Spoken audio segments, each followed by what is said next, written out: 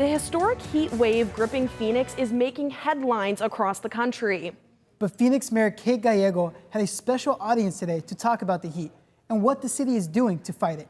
As Cronkite News reporter Lillie Boudreaux reports from Washington Bureau. Phoenix Mayor Kate Gallego and San Antonio Mayor Ron Nirenberg joined President Joe Biden virtually. We're going to outline steps we're taking to help communities who right this minute, as both the mayors can tell you, are facing a real crisis in their cities. The crisis in Phoenix is in the form of an unprecedented heat wave. Gallego said even in the Valley of the Sun, officials are scrambling to save lives. We deal with this heat on an annual basis, so we've been focused on preparedness from day one and really trying to prepare for what is, for us, a long-term emergency. You mentioned how many lives are lost to heat, and that's a real focus for us.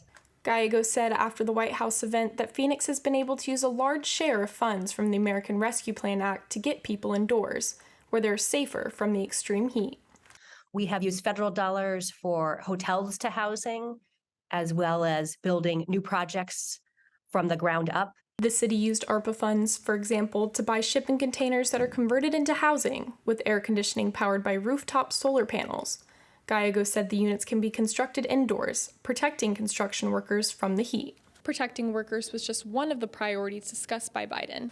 He said he asked the Department of Labor to issue a first-ever heat hazard alert to help protect workers most vulnerable to extreme heat exposure, like farm and construction workers.